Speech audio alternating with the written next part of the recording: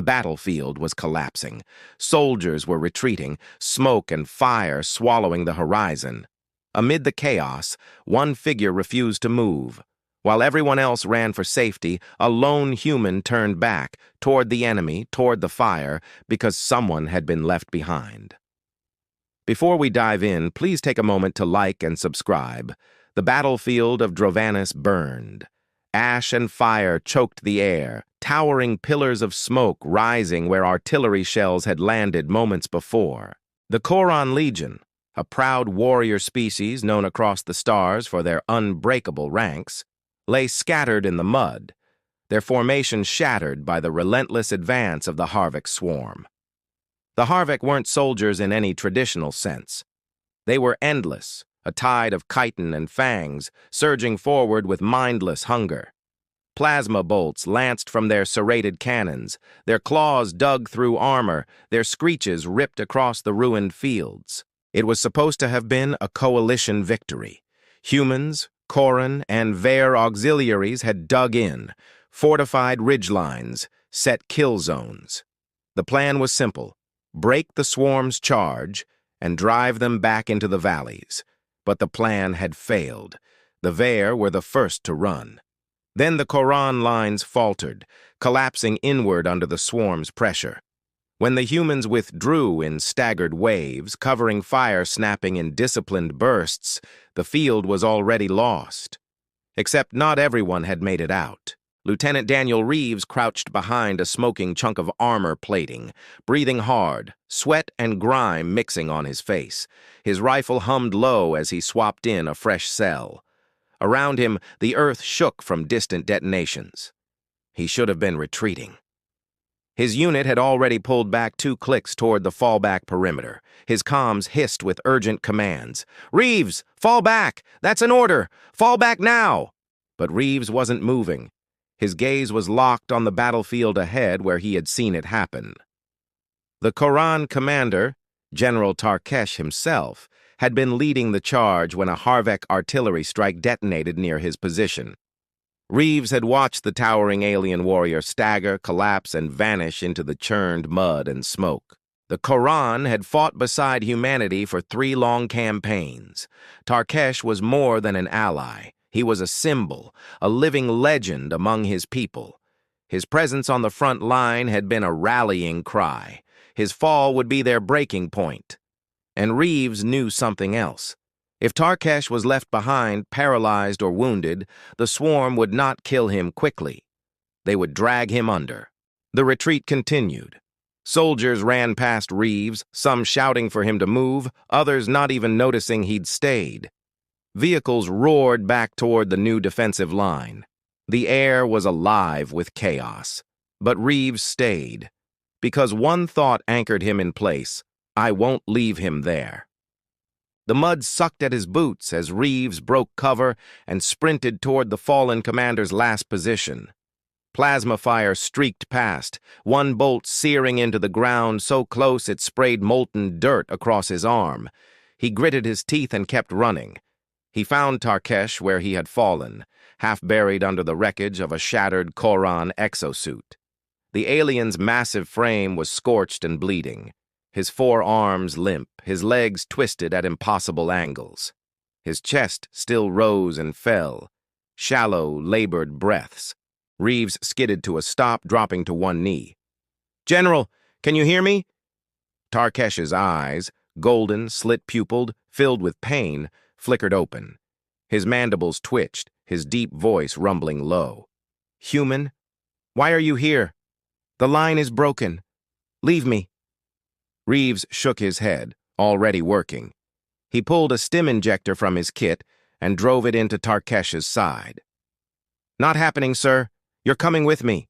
The general's mandibles flared in something between a grimace and a laugh. "Foolish, I cannot move. My spine is shattered." "Then I'll move for both of us," Reeves growled. The ground trembled. The swarm was closing in. Their screeches echoed, too close. Reeves looked around wildly, searching for a path. He spotted the half-collapsed trench line 30 meters east, cover enough to buy time. Grunting, he braced himself under Tarkesh's massive torso. The general outweighed him by at least 3-1, but Reeves didn't hesitate. He dug his heels into the mud, lifted with everything he had, and hauled the paralyzed alien across his shoulders. The weight was crushing. His knees screamed in protest. His spine felt like it was bending under a starship's hull. But he moved, step by step, dragging Tarkesh out of the open, every second punctuated by plasma bolts snapping overhead. The swarm saw them. Chittering shapes burst through the smoke, four-legged horrors with gleaming mandibles, bounding forward in packs. Their eyes glowed sickly green, their bodies armored in serrated carapace. Reeves lowered Tarkesh into the trench, then swung his rifle up in a single motion. The first Harvek leapt, claws outstretched, and Reeves's bolt drilled through its skull mid-air, dropping it like stone. Another, then another. Reeves fought like a man possessed, his rifle barking in rapid bursts, his stance steady despite the chaos. For every Harvek he dropped, two more surged forward. Beside him, Tarkesh strained to move, fury in his eyes but helpless in his broken body. "Leave me," he snarled. "You cannot fight them all." Reeves spat mud and blood, slamming a fresh cell into his rifle. "Watch me." Time lost meaning in the trench. The Harvek came in waves, and Reeves met each one with fire and fury. His rifle grew hot in his hands, its barrel glowing faintly. When ammo ran low, he pulled his sidearm.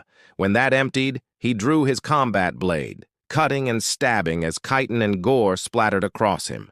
But he never stepped back. Not once. Through the haze of battle, Tarkesh watched. For centuries, the Koran had prided themselves on their martial honor, their strength, their unyielding courage.